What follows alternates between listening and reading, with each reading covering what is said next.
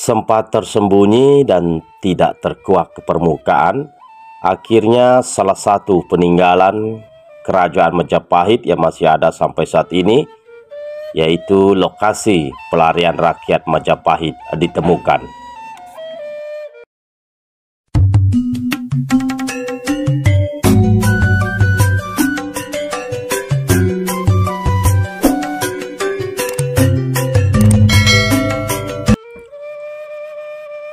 Salam sematan sahabat Cahaya Dharma dimanapun berada.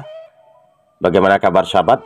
So pasti sehat selalu dan selalu dimudahkan rezeki para sahabat dan masih setia stay di channel Cahaya Dharma.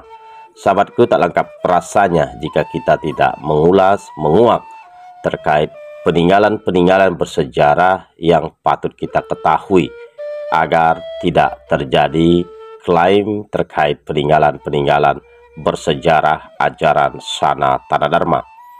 Salah satu yang perlu kita ketahui yaitu terkait Candi Dadi.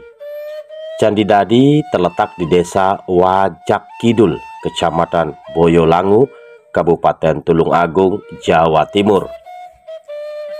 Sahabatku, lokasi ini berada di puncak bukit yang cukup sulit dijangkau. Sangat sulit dijangkau semeton. Candi Dadi merupakan peninggalan dari zaman Kerajaan Majapahit. Ini diperkirakan dibangun pada akhir abad ke-14 atau abad ke-15. Terkait pembangunan candi ini dikaitkan dengan ketidakstabilan di Kerajaan Majapahit kala itu usai pemerintahan Prabu Hayam Wuruk sekitar tahun 1350 sampai 1389.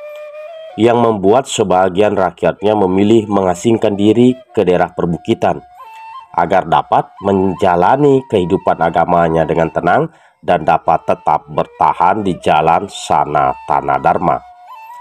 Sahabatku, terkait struktur candi ini perlu kita ketahui keberadaan Candi Dadi telah dicatat. Ini sudah dicatat pada masa penjajahan Belanda.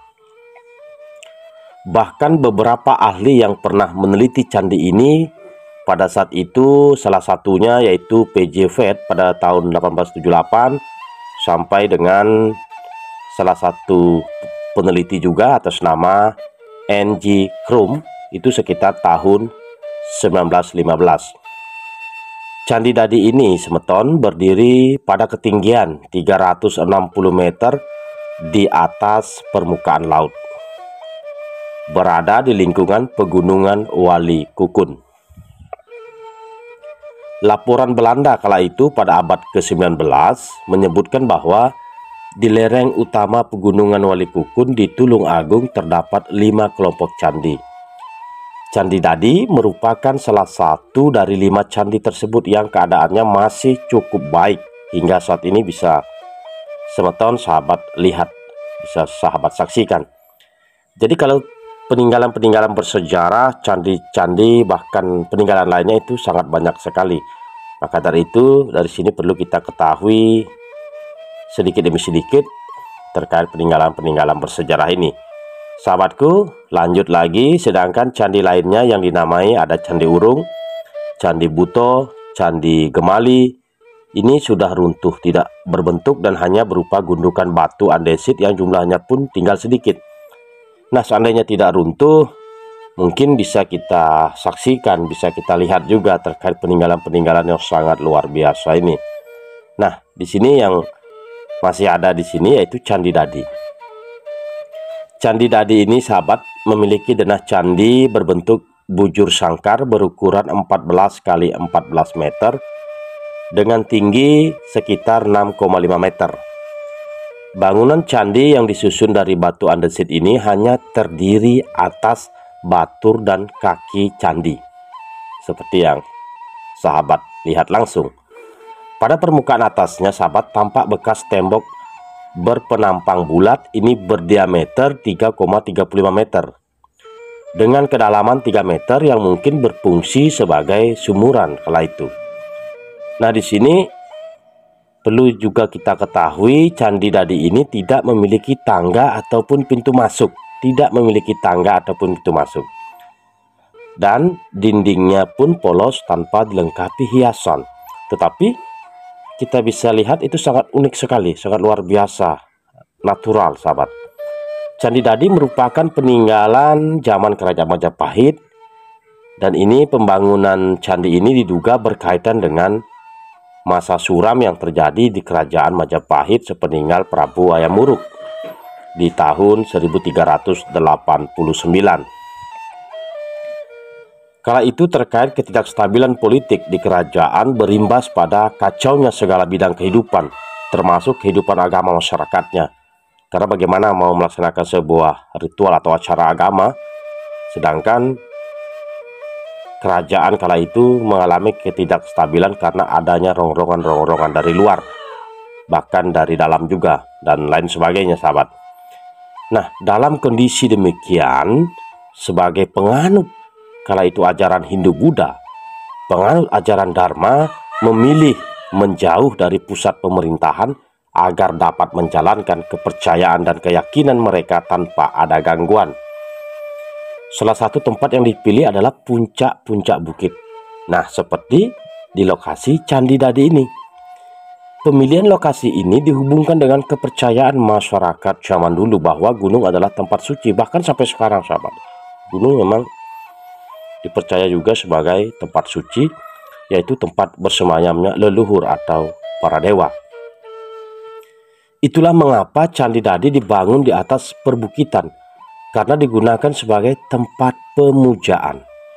Selain itu, fungsi Candi Dadi lainnya adalah sebagai tempat pembakaran jenazah tokoh penguasa atau raja-raja kala itu.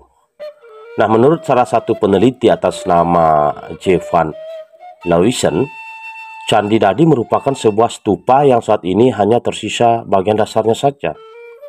Meski pendapat serupa juga dilontarkan oleh salah satu peneliti juga atas nama Van Stein. Di sini juga mengatakan hampir sama yang dilihat atau diteliti, yang dilakukan penelitian oleh J. Van Leeuwen. Nah, di sini salah satu peneliti atas nama Agus Aris Munandar tidak sependapat. Karena salah satu peneliti atas nama Agus Aris Munandar berargumen bahwa Candi Dadi adalah sebuah Mahawedi yang berkaitan dengan kelompok resi. Mengutip ajaran Weda dikatakan bahwa para resi mengadakan upacara kurban. Pada upacara tersebut, beraneka sesaji berupa buah-buahan, daging, bunga, dan perlengkapan upacara lainnya ini diletakkan di atas altar untuk selanjutnya dibakar sebagai persembahan bagi para dewa. Sedangkan asap pembakaran akan membumbung ke atas menuju puncak gunung yang dianggap sebagai tempat bersemayamnya para dewa. Para resi yang melakukan upacara kurban di Candi Dadi diyakini bermukim di Gua Tritis, Gua Pasir, dan Gua Selomanggleng yang ada di Pegunungan Walikukun. Nah, semeton sahabatku Cadharma yang budiman, bagaimana tanggapan sahabat? Intinya kita perlu ketahui terkait Candi Dadi ini, yaitu murni peninggalan Kerajaan Majapahit. Bahkan sampai sekarang masih bisa kita lihat terkait view dan keindahan Candi Dadi ini yang syarat akan makna yang sangat luar biasa. Sahabatku, terima kasih yang aturkan atas atensi para sahabat, dan tetaplah selulung sembahyang take. Salam cahaya Dharma.